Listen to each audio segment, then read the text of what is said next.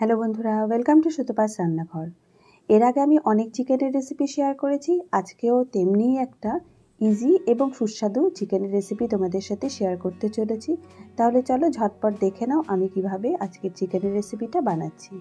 তো এখানে আমি নিয়ে নিয়েছি 1 কেজি চিকেন, নিয়ে নিলাম এখানে 1 কাপ দই, টক দই, নিয়ে নিলাম হলুদ গুঁড়ো 1 চামচ, লঙ্কার গুঁড়ো 1 চামচ, আর নিয়েছি পরিমাণ মতো নুন, আর দিলাম 2 চামচ কাসুরি মেথি। এটা দিয়ে খুব ভালো করে আমি চিকেনটাকে মেখে 1 ঘন্টার জন্য ঢাকা দিয়ে রেখে দেব। তো ঢাকা দিয়ে রেখে দিলাম। এবার এখানে কড়াইতে দেখো 4 চামচ আমি তেল দিয়ে দিয়েছি, সর্ষের তেল। তেলটাকে খুব ভালো করে গরম করে নিয়ে এতে দিয়ে দেব 2 চামচ ঘি। ঘিটা গলে যাওয়ার পরে কিছু মশলা অ্যাড করে দেব। তো দেখো ঘিটা খুব ভালো করে গলে গেছে। এবার দিয়ে দেব তেজপাতা, গোলমরিচ আর গোটা গরম মশলা দিয়ে একটু ভেজে নেব। খুব সুন্দর একটা গন্ধ বেরোলে তারপরে আমি অ্যাড করব পেঁয়াজ কুচি। খুব সুন্দর একটা গন্ধ বেরিয়েছে গরম মশলার থেকে। এবার আমি দিয়ে দিচ্ছি। এবার পেঁয়াজ কুচিটা অ্যাড করে দেবো। এখানে আমি 5টা মাঝারি সাইজের পেঁয়াজ কুচি করে কেটে নিয়েছি। পেঁয়াজটা দিয়ে দিলাম। পেঁয়াজটা কিন্তু খুব কড়া করে আমি ভাজবো না, জাস্ট একটু কালারটা চেঞ্জ হবে, সফট হবে, সেই মতো ভেজে নেব।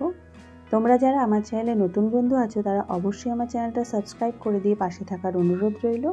আর যদি রেসিপিগুলো ভালো লাগে একটা লাইক, শেয়ার, কমেন্ট করতে কিন্তু ভুলো না। আর হ্যাঁ বন্ধুরা, বেল আইকনটা অবশ্যই প্রেস করে দিও, তাহলে আমি যখনই কোনো নতুন রেসিপির আপডেট দেবো তোমরা প্রথমেই দেখে নিতে পারবে। তো দেখো পেঁয়াজটা খুব ভালো করে ভেজে নিচ্ছি মিডিয়াম ফ্লেমে। যতক্ষণ পেঁয়াজটা ভাজা হচ্ছে ততক্ষণ এখানে একটা গোটা রসুন আর 2 ইঞ্চি আদা আমি বেটে নেব, মিক্সিতেই করে নেব। তো দেখো পেঁয়াজটা কিন্তু হালকা হালকা রং চেঞ্জ হতে শুরু হয়েছে।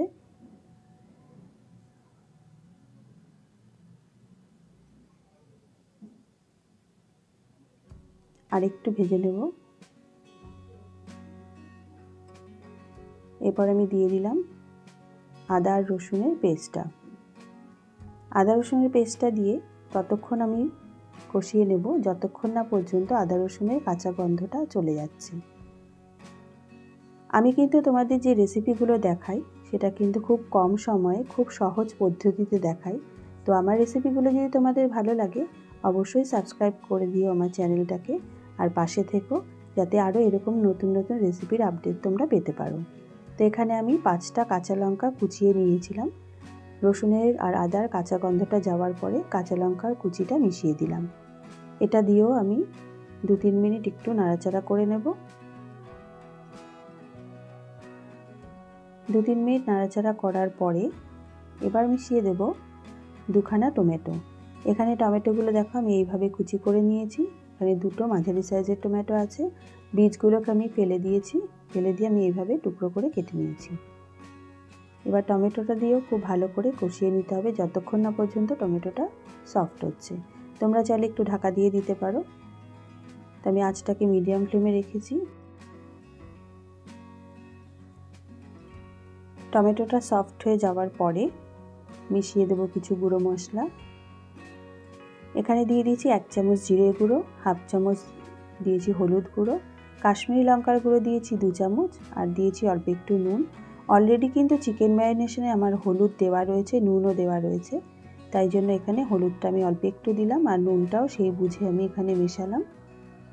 এবার খুব ভালো করে কষিয়ে নিতে হবে। আর অল্প একটু আমি জল দিয়ে দিলাম যাতে মশলাটা পুড়ে না যায়। এবার খুব ভালো করে মশলা কষাতে হবে যতক্ষণ না পর্যন্ত মশলা থেকে তেল বেরিয়ে আসছে।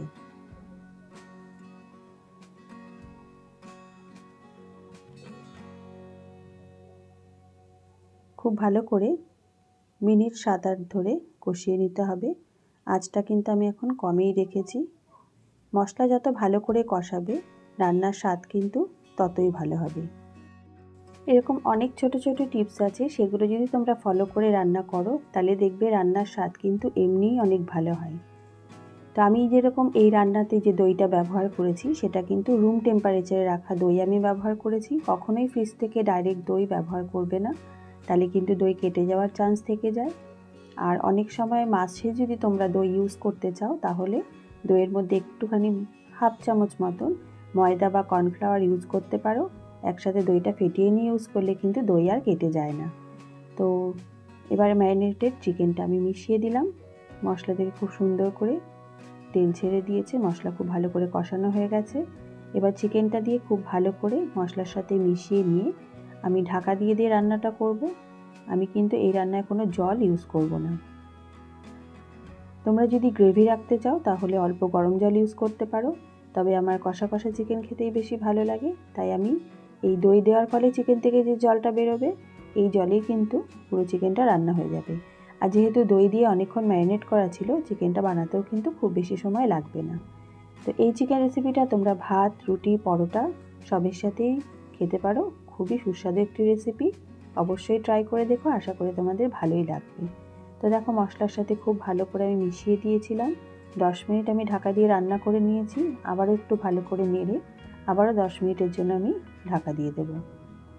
তো এইভাবে ঢাকা দিয়ে দিয়ে আমি রান্নাটা করব, আর এর মধ্যেই কিন্তু খুব সুন্দর করে চিকেনটা সেদ্ধ হয়ে যাবে। ফিরছি 10 মিনিট পরে। তো দেখো চিকেন থেকে কিন্তু বেশ অনেকটাই জল বেরিয়েছে, আলাদা করে জল দেবার কোনো প্রয়োজন নেই। তবে তোমরা যেরকম গ্রেভি রাখতে চাও সেই অনুপাতে তোমরা গ্রেভিটা রাখতে পারো। তো আরও একবার খুব ভালো করে মিশিয়ে দিলাম। চিকেন কিন্তু অলমোস্ট সেদ্ধ হয়ে গেছে। আবারও একটু ভালো করে ঢাকা দিয়ে রান্নাটা করে নেব। একটু তার আগে ভালো করে নেড়ে দিচ্ছি।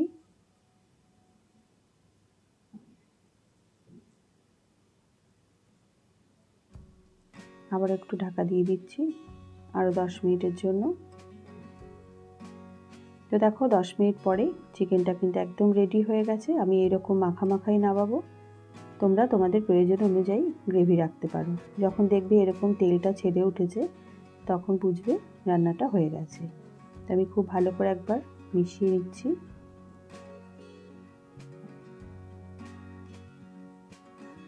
এই পদ্ধতিতে তোমরা একবার বানিয়ে দেখো, আশা করি তোমাদের ভালো লাগবে।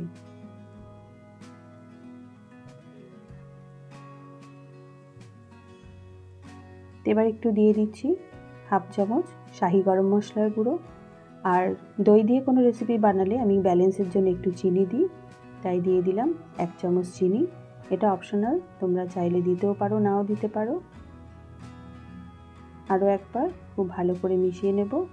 মিশিয়ে নিয়ে আঁচ বন্ধ করে 10 মিনিট ঢাকা দিয়ে রেখে দেব, তারপরে নামিয়ে সার্ভ করে দেব। আবারও বলছি, আমি কিন্তু এরকম কষা কষা চিকেন খেতে ভালোবাসি, তাই আমি গ্রেভি একদমই সামান্য রেখেছি। তোমরা তোমাদের পছন্দ মতন গ্রেভি এখানে রাখতে পারো। তো দেখো খুব ভালো করে আমি গরম মশলাটা মিশিয়ে দিলাম, আর যে চিনিটা অ্যাড করেছিলাম সেটাও মিশিয়ে দিলাম। এবার গ্যাসটা বন্ধ করে ঢাকা দিয়ে স্ট্যান্ডিং টাইমে রেখে দেবো 10 মিনিটস, তারপরে নামিয়ে সার্ভ করে তোমাদেরকে দেখাচ্ছি। তো বন্ধুরা ফিরে এলাম 10 মিনিট পরে। দেখো চিকেন একদম তৈরি। এবার আমি তোমাদেরকে দেখাচ্ছি। তো দেখো কত লোভনীয় দেখতে হয়েছে। তো আজকের ভিডিওটা আশা করি তোমাদের ভালো লেগেছে। দেখা হবে আগামী পর্বে নতুন একটি রেসিপির সাথে। তোমরা ভালো থেকো, সুস্থ থেকো। ধন্যবাদ।